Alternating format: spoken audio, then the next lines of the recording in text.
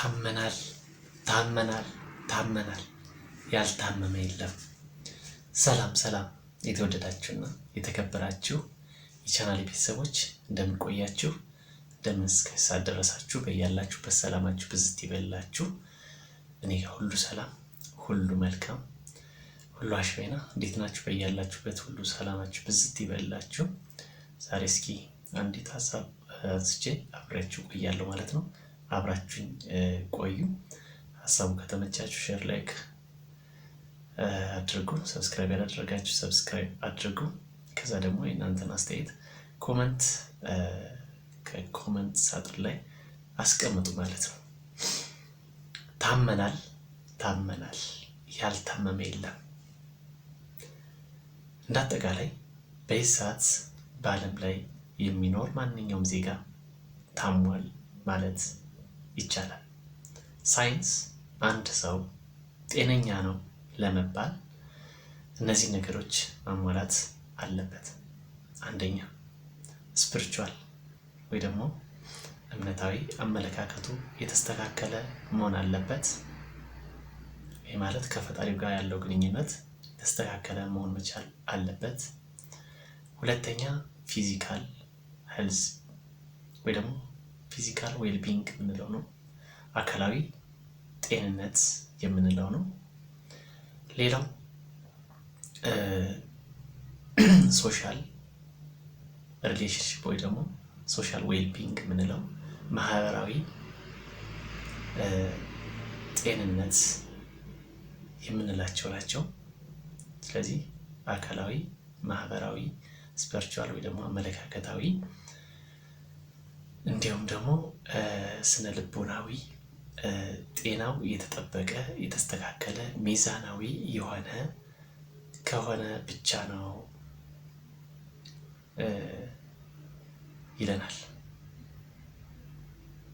ግን አሁን እንደምናየው በዓለም ላይ ከዓለም ላይም አልፎ በሀገራችን ላይ ያሉ ሁኔታዎች፣ ክስተቶች የጤነኝነታችን ምልክቶች አይደሉም። አብዛኞቻችን ምናልባት በአካላዊ ጤንነት ጤነኛ ልንባል እንችላለን። ባለሙሉ እግር፣ ባለሙሉ እጅ፣ ባለሙሉ ሰውነት ልንሆን እንችላለን። ነገር ግን በአመለካከት በሃይማኖታዊ በሆኑ ነገሮች ወይ ደግሞ ስነ ልቦናዊ በሆነ ነገሮች፣ ማህበራዊ በሆኑ ነገሮች ሁላችንም ተመተናል፣ ታመናል ማለት ይቻላል። እስኪ ከእናንተ ውስጥ ወይ ደግሞ እንደኔ የሆነ ሰው የሆነ ቪዲዮ ላይ መጥፎ ኮመንት ጽፎ ወይ ደግሞ አንድ ሰው ስለ መጥፎ ነገር ቪዲዮ ሰርቶ በጥሩ መልክ ኮመንት ወይ ደግሞ ያኛውን ሰው ኮመንት የጻፈውን ወይ ደግሞ ቪዲዮ የሰራውን ሰው ኮመንት ኔጌቲቭ ወይ ደግሞ አሉታዊ አስተሳሰብ ወይ ደግሞ ሀሳብ በፖዚቲቭ መልክ የሚጽፍ ከእናንተ ውስጥ ማን ነው? እኔ አድርጌ አላውቅም። እንዲያውም ሪያክት አድርጋለሁ። ኔጌቲቭ ጽፎ ወይ ደግሞ ቪዲዮ ከሰራ በሱ ልክ በሱ ተቃራኒ ቆሜ የራሴን አስተያየት እሰጣለሁ ማለት ነው እንጂ ያንን ሰው በፖዚቲቭ ወይ ደግሞ እሱ ካበላሸው ወይ ደግሞ ማለት በእኔ አመለካከት መጥፎ ነው ብዬ ካሰብኩት እሱን ለማስተማር ብዙ ጊዜ ሞክሬ አላውቅም። ምክንያቱም ታመሜ ያለው ማለት ነው። ስለታመምኩ ውስጤ ስለታመመ ማህበራዊ ወይ ደግሞ ሃይማኖታዊ እምነታዊ ወይ ደግሞ እነዚህ ጤንነቶች ስለጎደሉኝ ማለት ነው። አካላዊ ጤነኛ ልሆን እችላለሁ፣ ግን ውስጥ ላይ ያለው አእምሮ ውስጥ የተሰበሰበው ሁሉ ወይም አመለካከቴ ታውኳል ማለት ነው፣ ታሟል ማለት ነው። ስለዚህ እናንተ እስኪ መጥፎ ኮመንት አይታችሁ ያንን ኮመንት ለማረም የምትሞክሩ ስንቶቻችሁ ናችሁ? እስኪ ካላችሁ ያልታመማችሁ ካላችሁ ህመሙ ያልተጋባባችሁ ካላችሁ እስቲ ሃይ በሉ፣ ኮመንት ላይ አስቀምጡ። የታመማችሁ ካላችሁ ደግሞ እስኪ በምን መልክ ታመማችሁ? በየትኛው እና አብዛኛው ኦልሞስት 90% በላይ የሆነው ማህበረሰብ የዓለም ፕላስ የኛ ሀገር የታመመ ነው። አብዛኛው ኔጌቲቭ አመለካከት አለን። ኔጌቲቭ አመለካከት እናራምዳለን።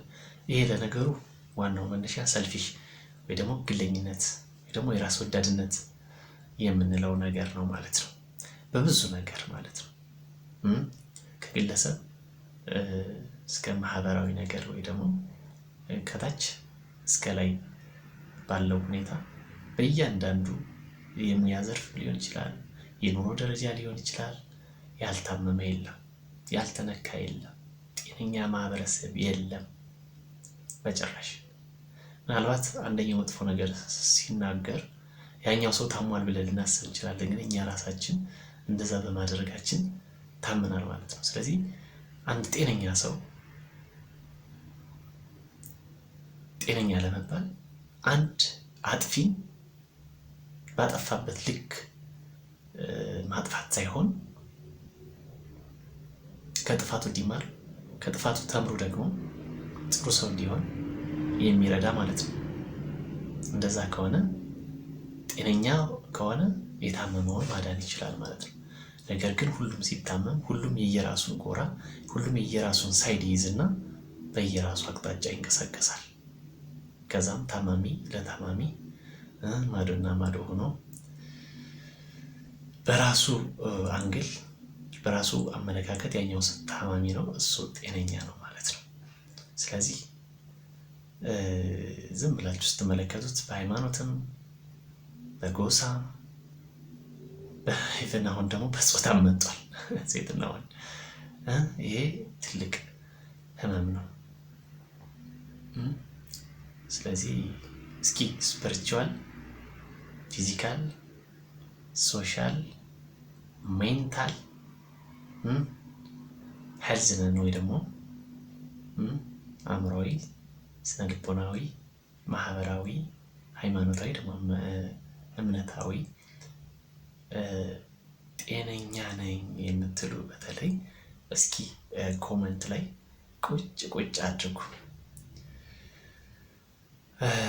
እና አብራችሁ ስለነበራችሁ እስካሁን ከልብ አመሰግናለሁ። በሌላ ቪዲዮ በሌላ ርዕስ እስከምከሰት ሰናይ ጊዜ ይሁንላችሁ። ሁላችንም ወደ ጤነኝነታችን ፈጣሪ ይመልስልን። ህሊናችን የታወቀው ህሊናችን ደግሞ ይመለስልን፣ ልቦና ይስጠን ማለት ነው። ሰናይ ጊዜ ይሁንላችሁ። ይመቻችሁ። ባይ ባይ።